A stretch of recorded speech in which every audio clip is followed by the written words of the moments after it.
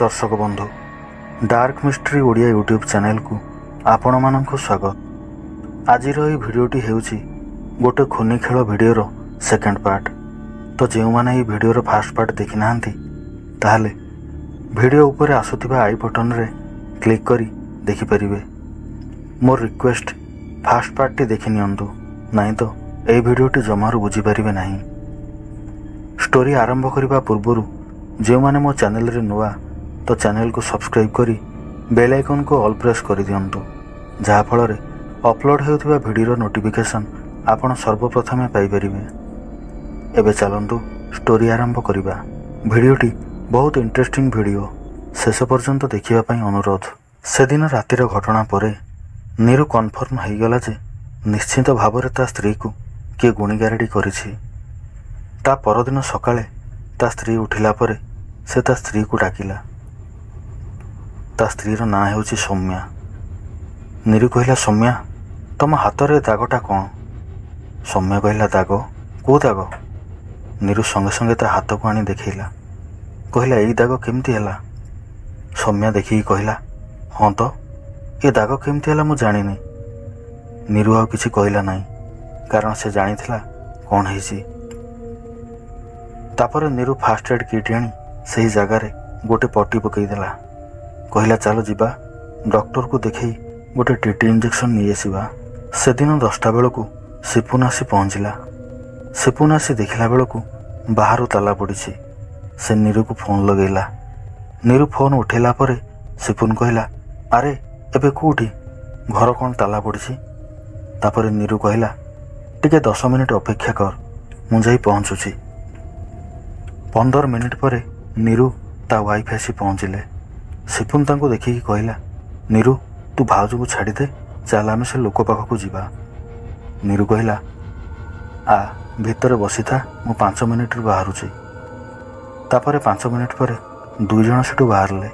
प्राय अध घंटा परे जाई से लोक पाखरे पहुँचले। से लोक जनक जणे हनुमान साधक। नीरू और सिपुन 2 जण तांको देखाई एई घटना विषय रे कहिथिले। तापरे से लोक जनक सब शुणी सारिबा परे कहले, काली मु तुम घर को आसबि, आसिकी देखिला परे जहा कहिबी। नीरू और सिपुन कथा ही सारिबा परे सेठू बाहरले। बाटरे सिपुन कहला, तू चल मते आग घर छाड़ी दे पळेइबू। नीरू कहला, हो ठीक अछि। तापरे सिपुन को ड्रॉप करी नीरू आसी घरे पहुँचला। नीरू ता घरर कॉलिंग बेलटा मारिला बेलू ता नजर पड़ा पड़िशा घरर से लोक उपरे, जहा को से पूर्व दिन राति घर को डाकिकी आनीथिला। से लोकटी ता घर कबाट पाखे ठिया ही नीरू को अनै थाए। नीरू जेमती ताको अनैछि से लोकटी सेमती कबाट बंद कर दे भीतर को पळेइला। ठीक सही दिन रातिर घटना। पूर्व दिन परिका नीरू वाइफ जल्दी शोई पड़ा। नीरू को किंतु जमा निद आसु न थाए। से कंढई विषय भाबुए। कंढईर भयानक चेहरा ता आखि सामना को आसी जाउथाए। से शोइबा पई चेष्टा करुथाए किंतु शोई पारु न थाए। राति 11टा बाजी थाए। से जाई बेड ऊपर शोइला। घरर हॉल, किचन आ बाथरूम रे लाइट ऑन थाए, किंतु बेडरूम रे लाइट बंद थाए। बेडरूम रो कबाट भी खोला रखी थाए। बेड ऊपर पड़ी पड़ी ता आखि लगी जाई थाए। राति हेलाणी सेते बेलू 2टा। अचानक ता निद भांगीगला। से समय ताकू ता घरर मेन डोरटा खोलिबार शब्द शुणागला। नीरू बेड ऊपर शोई थाए। से जानिला जे घरर कबाट किए गोटे खोलिला, किंतु से जाइकी देखिबा पई ता साहस हो न थाए। से समय घरर सब लाइट अचानक ऑन ऑफ होगा लगिला। मन को मन जलुए, पुणी मन को मन बंद हो जाए। बारंबार एमती हेबा परे अचानक सब लाइट बंद हो गला। नीरू पूरा भयर थरुए। से समय घर भितर किए चलिबार शब्द शुणागला। घर भितर पूरा अंधार किटकिट, किसी देखा जाऊ न थाए। नीरू ता स्त्री को उठाइबा चेष्टा कला, किंतु से जमा उठु न थाए। अचानक घरर हॉल भितर सब जिनिसपत्र फिंगा फोपड़ा आरंभ हो गला। मझिरे मझिरे गोटे अलग प्रकार शब्द शुणा जाऊ थाए। नीरू बेड उपरे पूरा स्टैच्यू परिका शोई थाए। से एते डरी जाई थाए जे मन मन भाबुए जहाँ हेबा कथा हो जाऊ। एई टाइम रे उठिकी गले କିଛି ବି ହେଇପାରେ। ଭୟରେ ସେ ମୋବାଇଲ ଲାଇଟ୍କୁ ବି ଅନ୍ କରୁନଥାଏ।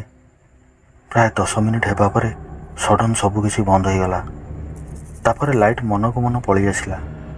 ନିରୁ ତା ସ୍ତ୍ରୀ କଥା ଭାବୁଥାଏ, କାରଣ ଘର ଭିତରେ ଏତେ ଜିନିଷପତ୍ର ଫିଙ୍ଗା ଫୋପଡ଼ା ହେବା ଶବ୍ଦରେ ତା ନିଦ ଭାଙ୍ଗୁନଥାଏ। ତାକୁ ଡାକିଲା ପରେ ବି ସେ ଉଠୁନଥାଏ। ନିରୁ ଯେତେବେଳେ ଘରକୁ ଲେଟ୍ ନାଇଟ୍ରେ ଆସେ, ଖାଲି ଗୋଟିଏ ଥର କଲିଂ ବେଲ୍ ମାରିଲେ ସେ ଉଠିକି ଆସି କବାଟ ଖୋଲେ। କିନ୍ତୁ ଆଜି ତାର କାହିଁ ନିଦ ଭାଙ୍ଗୁନି, କ'ଣ ପାଇଁ? ପୁଣି ଭାବୁଥାଏ, ସିଏ ବା କ'ଣ କରିବ? ସିଏ ତ ଆଉ କାହା ବସରେ ଅଛି। ଗୁଣି ଗାରେଡ଼ି ଯୋଗୁଁ ସାୟଦ ତାର ଏଇ ଅବସ୍ଥା। ଯାହା ବି ହଉ, ସକାଳ 6ଟା ଯେତେବେଳେ ବାଜିଲା, ନିରୁ ତା ବେଡ଼ରୁମ୍ରୁ ବାହାରିଲା। ଉଠିକି ଦେଖିଲା ବେଳକୁ ହଲ୍ ଭିତରେ ଜିନିଷପତ୍ର ସବୁ ଫିଙ୍ଗା ଫୋପଡ଼ା ହୋଇ ପଡ଼ିଛି। ଘରର କବାଟକୁ ଯାଇ ଦେଖିଲା ବେଳକୁ କବାଟ ଲକ୍ ଅଛି। ସେ କିଛି ବୁଝିପାରୁନଥାଏ। ସେହି ସମୟରେ ତା ସ୍ତ୍ରୀ ଉଠିକି ଆସିଲା। ନିରୁକୁ କହିଲା, ମୋ କଣ୍ଢେଇ କାହିଁ? ନିରୁ କହିଲା, କଣ୍ଢେଇକୁ ତମେ ସଦାବେଳେ ଧରିକି ବୁଲ, ତମେ ଜାଣିଥିବ ନା, ମୁଁ କେମିତି କହିବି? ତାପରେ ତା ସ୍ତ୍ରୀ କହିଲା, ମୁଁ ଏ ଟେବୁଲ୍ ଉପରେ ରଖିଥିଲି, କିନ୍ତୁ ଏଠି ତ ନାହିଁ। ନିରୁ କହିଲା, ଦେଖୁନ, କିଚେନ୍ କି ବାଥରୁମ୍ରେ ଥିବ। ସେ କହିଲା, ମୁଁ ସବୁ ଦେଖି ସାରିଲିଣି, କେଉଁଠି ବି ନାହିଁ। ତାପରେ 2 ଜଣ ଯାକ ଘରର ସବୁଆଡ଼େ ଦେଖିଲା ପରେ କିନ୍ତୁ କଣ୍ଢେଇ କେଉଁଠି ବି ପାଇଲେ ନାହିଁ। ଆଶ୍ଚର୍ଯ୍ୟ, କଣ୍ଢେଇ ତାହେଲେ ଗଲା କୁଆଡ଼େ? ଅଚାନକ କଣ୍ଢେଇକୁ ଏମିତି ଗାୟବ ହେବାର ଦେଖି ନିରୁ ମୁଣ୍ଡ କିଛି କାମ କରୁନଥାଏ। ଆଉ ନିରୁ ସ୍ତ୍ରୀ କଣ୍ଢେଇକୁ ନ ପାଇ ଖାଲି ପାଗଳଙ୍କ ପରିକା ହେଉଥାଏ। ଏମିତି ସବୁ ଭିତରେ ଦିନ 10ଟା 30 ବେଳକୁ ସିପୁନ ସେ ଲୋକଟିକୁ ଧରି ଆସି ନିରୁ ଘରେ ପହଞ୍ଚିଲା। ସେତେବେଳକୁ ନିରୁର ସ୍ତ୍ରୀ କଣ୍ଢେଇକୁ ନ ପାଇ ଶୋଇଥାଏ। ସେମାନଙ୍କୁ ଦେଖି ନିରୁ ରାତିର ଘଟଣା ବିଷୟରେ କହିଲା, ଆଜ୍ଞା, ଏ ଘଟଣା ପରେ କଣ୍ଢେଇର କୌଣସି ପତା ନାହିଁ। ସେ ଅଚାନକ କୁଆଡ଼େ ଗାୟବ ହୋଇଯାଇଛି। ମାନେ ଯେତେ ଖୋଜିଲେ ବି ପାଉନୁ। ତାପରେ ସେଇ ଲୋକ ଜଣକ କହିଲେ, ତମ କଥା ଶୁଣିଲା ପରେ ମୋତେ ଲାଗୁଛି ତାକୁ ଗୋଟେ ବଡ଼ ଧରଣର ପେଷାଣ କରାହେଇଛି। ଆଚ୍ଛା ହଉ, ତମ ସ୍ତ୍ରୀ କେଉଁଠି? ନିରୁ କହିଲା, ମୁଁ ଡାକୁଛି, ଆପଣ ବସନ୍ତୁ। ତାପରେ ନିରୁ ତା ସ୍ତ୍ରୀକୁ ଆଣିକି ଆସିଲା। କଣ୍ଢେଇକୁ ନ ପାଇବାରୁ ତା ସ୍ତ୍ରୀ ଖାଲି ଚିଡ଼ଚିଡ଼ି ହେଉଥାଏ। ସେହି ଲୋକ ଜଣକ ତା ସ୍ତ୍ରୀ ପାଖକୁ ଯାଇ ତା ସ୍ତ୍ରୀର ମୁଣ୍ଡ ଉପରେ ହାତ ରଖିଲେ, ଆଉ ଆଖି ବନ୍ଦ କରିକି ମନକୁ ମନ କ'ଣ ଗୁଣୁଗୁଣୁ ହୋଇ କହୁଥାନ୍ତି। କିଛି ସମୟ ଏମିତି କଲା ପରେ ନିରୁକୁ କହିଲେ, ବୁଝିଲ, ତମେ ଯେଉଁ ଟାଇପ୍ର ଭାବୁଛ ସେମିତି କିଛି ନୁହେଁ। ତମେ ବାହାରକୁ ଆସ, ମୁଁ କହୁଛି। ନିରୁ ତା ସ୍ତ୍ରୀକୁ ଘର ଭିତରେ ଛାଡ଼ି ସିପୁନର ଆଉ ତାର ବାହାରକୁ ଆସିଲେ। ବାହାରକୁ ଆସିବା ପରେ ସେଇ ଲୋକ ଜଣକ କହିଲେ, ଶୁଣ, ତାଙ୍କୁ କେହି ଗୁଣି ଗାରେଡ଼ି କରିନାହାନ୍ତି। ମୋତେ ଲାଗୁଛି ତାଙ୍କର ମେଣ୍ଟାଲ କଣ୍ଡିସନ୍ ଭଲ ନାହିଁ, ସେଥିପାଇଁ ସେ ଏମିତି ହେଉଛନ୍ତି। ତାଙ୍କୁ ଭଲ ଡକ୍ଟର ପାଖରେ ଦେଖାଅ। ନିରୁ ଆଉ ସିପୁନ ତାଙ୍କଠାରୁ ଏକଥା ଶୁଣିକି ପୁରା ସ୍ତବ୍ଧ ହୋଇଗଲେ। ନିରୁ କହିଲା, ଇଏ କେମିତି ସମ୍ଭବ? 2 ରାତି ହେବ ମୁଁ ଯେଉଁ ସିଚୁଏସନ୍ ଫେସ୍ କରିଛି ତାକୁ ଦେଖି ମୋତେ କାହିଁ ଲାଗୁନି ଯେ ସେ ଠିକ୍ ଅଛି ବୋଲି। ହେଇପାରେ ତମେ ଯେଉଁ କଥା କହୁଛ ଠିକ୍ ଅଛି, କିନ୍ତୁ ମୋତେ କାହିଁ ସେମିତି କିଛି ବି ଲାଗିଲାନି। ହଁ, ଆଉ ଗୋଟେ କଥା ହେଇପାରେ ଯେ ତମ ଘରେ କେଉଁ ଭୂତ ପ୍ରେତର ବାସ ହୋଇପାରେ। ଯଦି ସେମିତି କିଛି ହୋଇଥାନ୍ତା ମୁଁ ଜାଣିଥାନ୍ତି। ମୁଁ ଖାଲି ତୁମ ସ୍ତ୍ରୀକୁ ଗୁଣି ଗାରେଡ଼ି ହେଇଛି କି ନାହିଁ ସେଇଟା ଦେଖୁନଥିଲି, ଘରେ ଭୂତ ପ୍ରେତର ଉପସ୍ଥିତି ବି ଚେକ୍ କରୁଥିଲି। କିନ୍ତୁ ତମ ଘରେ 2ଟା ଯାକି ଜିନିଷ କିଛି ବି ନାହିଁ। ନା ତାକୁ କିଏ ଗୁଣି ଗାରେଡ଼ି କରିଛି, ନା ତୁମ ଘରେ କେଉଁ ଭୂତ ପ୍ରେତର ବାସ ଅଛି। ତାପରେ ନିରୁ କହିଲା, ତାହେଲେ ଅଚାନକ କଣ୍ଢେଇ ଗଲା କୁଆଡ଼େ? ସେ ଲୋକଟି କହିଲା, ସେ କଥା ମୁଁ କହିପାରିବିନି। ମୁଁ ଯେତିକି ଜାଣିପାରିଲି ସେତିକି କହିଲି। କିନ୍ତୁ ନିରୁ ତାଙ୍କ କଥାରେ ବିଶ୍ୱାସ କରିପାରୁନଥାଏ, କାରଣ ତା ସହିତ ଗଲା 2 ରାତିରେ ଯାହା ଘଟିଛି ସେଇଟା କେବଳ ସିଏ ହିଁ ଜାଣିଛି। ତାପରେ ସେ ଲୋକ କହିଲେ, ଆଚ୍ଛା ହଉ, ମୁଁ ଏବେ ଯାଉଛି। ସେ ଲୋକ ସେଠୁ ପଳେଇ ଆସିଲା ପରେ ନିରୁ ସିପୁନକୁ କହିଲା, ତୁ କାହାକୁ ଆଣିକି ଆସିଥିଲୁ? ତାକୁ କିଛି ବି ଜଣା ନାହିଁ।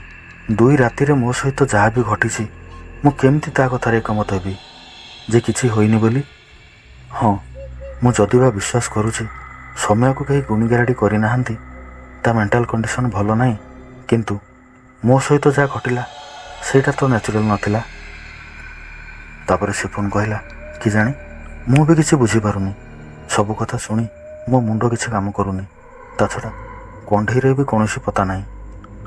ମୋ କଥା ଶୁଣ, ଗୋଟେ ଥର ଭଲ ସାଇକାଟ୍ରିଷ୍ଟକୁ ନେଇକି ଭାଉଜଙ୍କୁ ଦେଖେଇ ସାରିଲା ପରେ ତାପରେ ଗୋଟେ କ'ଣ କରିବା। ନିରୁ କହିଲା ହଉ ଠିକ୍ ଅଛି, ତୁ ଯଦି କହୁଛୁ ତାହେଲେ ମୁଁ ତାକୁ ନେଇକି ଯିବି। ସେହିଦିନ ନିରୁ ସୌମ୍ୟାକୁ ନେଇ ଗୋଟେ ସାଇକାଟ୍ରିଷ୍ଟ ପାଖକୁ ଗଲା। ସେଠି ଡକ୍ଟର ଚେକଅପ୍ କରି ସାରିବା ପରେ ନିରୁକୁ ଡାକିକି କହିଲେ, ତୁମ ସ୍ତ୍ରୀ ପୁରା ଠିକ୍ ଅଛି, ତା ମେଣ୍ଟାଲ କଣ୍ଡିସନ୍ ପୁରା ଭଲ ଅଛି। ନିରୁ ଏବେ କ'ଣ କରିବ କିଛି ବୁଝିପାରୁନଥାଏ। ତା ମୁଣ୍ଡ ଘୁରି ଯାଉଥାଏ। ଏପଟେ ଡକ୍ଟର କହୁଛନ୍ତି ସୌମ୍ୟା ଠିକ୍ ଅଛି, ସେପଟେ ସାଧକ ଜଣକ କହୁଛନ୍ତି ଯେ ଘରେ କୌଣସି ଭୂତପ୍ରେତର ପ୍ରଭାବ ନାହିଁ। ନିରୁ ଭାବୁଥାଏ ମୋ ମୁଣ୍ଡ ଖରାପ ହେଇଯିବ। ଯାହା ବି ହଉ 2 ଜଣ ଯାକ ଡକ୍ଟର ପାଖରୁ ଘରକୁ ଆସିଲେ। ନିରୁ ଆସି ଯେତେବେଳେ ଘରର ତାଲା ଖୋଲି ଘର କବାଟ ଖୋଲିଛି, ସେ ଯାହା ଦେଖିଲା ତା ପାଦ ତଳ ମାଟି ଖସିଗଲା। କାରଣ କବାଟ ଖୋଲି ଦେଖିଲା ବେଳକୁ ଘରର ଫ୍ଲୋର ଉପରେ ସେଇ କଣ୍ଢେଇଟା ବସିଛି ଆଉ ପୁରା ନିରୁ ଆଡ଼କୁ ଅନେଇଛି। ସୌମ୍ୟା ଯେତେବେଳେ ସେଇ କଣ୍ଢେଇକୁ ଦେଖିଛି ତା ଖୁସି କହିଲେ ନ ସରେ। ସେ ଯାଇକି ତାକୁ ତଳୁ ଉଠେଇ କୁଣ୍ଢେଇକି ଖାଲି ଗେଲ କରି ପକାଉଥାଏ। ନିରୁ ସଙ୍ଗେ ସଙ୍ଗେ କିଛି ଉପାୟ ନ ପାଇ ସିପୁନକୁ ଫୋନ୍ କଲା। କହିଲା କେଉଁଠି ଅଛୁ, ଟିକେ ଆସ ଦେଖାହେବା, ଅର୍ଜେଣ୍ଟ ଅଛି। ସିପୁନ କହିଲା ତୁ ପାର୍କକୁ ଆସ, ସେଇଠି ଦେଖାହେବା। ନିରୁ ତା ସ୍ତ୍ରୀକୁ ଘରେ ଛାଡ଼ି ଦେଇ ବାଇକ୍ ଧରି ପାର୍କକୁ ଗଲା। ସେଠି ସିପୁନ ବି ଆସି ପହଞ୍ଚି ଯାଇଥିଲା। ନିରୁ କହିଲା ମୋତେ ଗୋଟେ ସଲ୍ୟୁସନ୍ ଦେ, ମୋ ମୁଣ୍ଡ କିଛି କାମ କରୁନି, ମୁଁ ପାଗଳ ହେଇଯିବି। ସିପୁନ କହିଲା ଏବେ କ'ଣ ହେଲା? ନିରୁ କହିଲା ଆମେ ଡକ୍ଟର ପାଖରୁ ଆସିକି ଘର କବାଟ ଖୋଲି ଦେଖିଲା ବେଳକୁ ଫ୍ଲୋର ଉପରେ ସେଇ କଣ୍ଢେଇ ବସିଛି। ମୁଁ ଏବେ କ'ଣ କରିବି କହ? ମୋତେ ଘରକୁ ଯିବା ପାଇଁ ଭୟ ଲାଗୁଛି। ସିପୁନ ଶୁଣିକି କହିଲା କ'ଣ ତୁ କହୁଛୁ, କଣ୍ଢେଇ ଘରେ ଅଛି? ନିରୁ କହିଲା ହଁ। ସିପୁନ କହିଲା ତୋ ସିଚୁଏସନ୍ ମୁଁ ବୁଝିପାରୁଛି, କିନ୍ତୁ ମୋ ମୁଣ୍ଡ ବି କିଛି କାମ କରୁନି। ମୋତେ ଲାଗୁଛି ମୁଁ ବି ପାଗଳ ହେଇଯିବି। କିଏ ଆଉ ଆମକୁ ଏ ସିଚୁଏସନ୍ରୁ ବାହାର କରିବ? ମୁଁ କିଛି ବୁଝିପାରୁନାହିଁ। ଏପଟେ ଡକ୍ଟର କହୁଛନ୍ତି ଭାଉଜ ଠିକ୍ ଅଛନ୍ତି, ସେପଟେ ତୋ ସହିତ। ଦର୍ଶକ ବନ୍ଧୁ, ତାହେଲେ ଏସବୁ ଘଟଣା ପଛରେ ରହସ୍ୟ କ'ଣ? ନିରୁର ସ୍ତ୍ରୀ କି କିଛି ହେଇନି, ସେପଟେ ଘରେ କୌଣସି ଭୂତପ୍ରେତର ବାସ ନାହିଁ। ନିରୁ ସ୍ତ୍ରୀକୁ କେହି ପେଶାଣ ବି କରିନାହାନ୍ତି। ତାହେଲେ ଗଲା 2 ରାତିରେ ଯେଉଁ ଭୟଙ୍କର ଘଟଣା ନିରୁ ସହିତ ଘଟିଲା ତା ପଛରେ ରହସ୍ୟ କ'ଣ ଥିଲା? ଏସବୁର ଉତ୍ତର ଆପଣ ଏହି ସିରିଜ୍ର ପାର୍ଟ 3ରେ ପାଇବେ। ପାର୍ଟ 3 ଭିଡ଼ିଓଟି ଏହି ସିରିଜ୍ର ଏଣ୍ଡ ଭିଡ଼ିଓ। ସବୁ ରହସ୍ୟର ପର୍ଦ୍ଦାଫାଶ ସେଇ ଭିଡ଼ିଓରେ ହିଁ ହେବ। ତ ଦର୍ଶକ ବନ୍ଧୁ, ଆଜିର ଭିଡ଼ିଓଟି କେମିତି ଲାଗିଲା କମେଣ୍ଟ ମାଧ୍ୟମରେ ନିଶ୍ଚିନ୍ତ ଭାବେ ଜଣାଇବେ। ଆଉ ହଁ, ଯଦି ଭିଡ଼ିଓଟି ଭଲ ଲାଗିଥାଏ ଗୋଟେ ଲାଇକ୍ ବି କରିଦେବେ। ତାହେଲେ ଆସୁଛି ନେକ୍ସଟ ଭିଡ଼ିଓରେ। ଧନ୍ୟବାଦ।